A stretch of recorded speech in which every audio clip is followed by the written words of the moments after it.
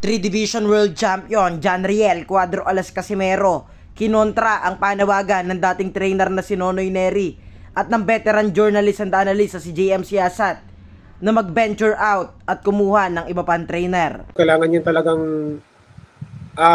magbago ng conditioning, trainer.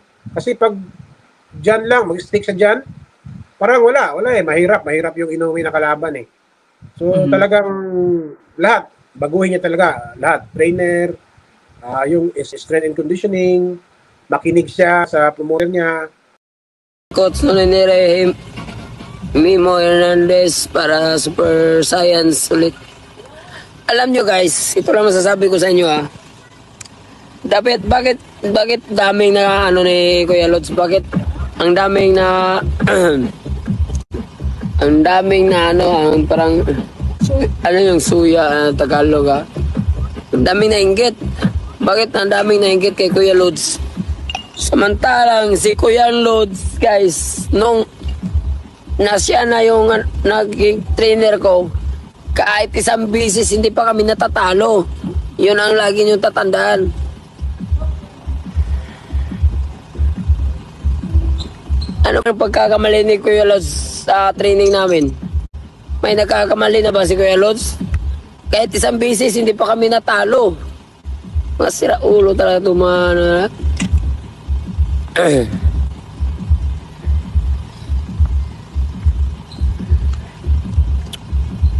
At tapos huwag kayong mainggit kay Kuya Lods kung ano man yung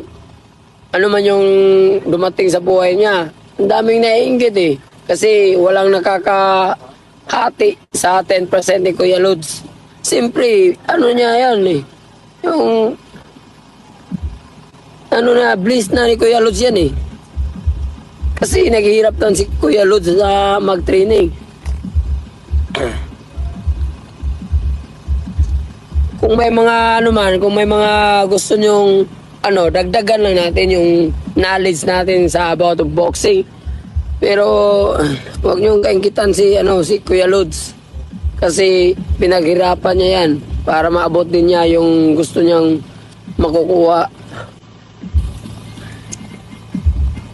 Yung iba, naiinggit lang dahil sa narating ni Kuya Lods ngayon, kahit bago pa siya sa trainer o ganon,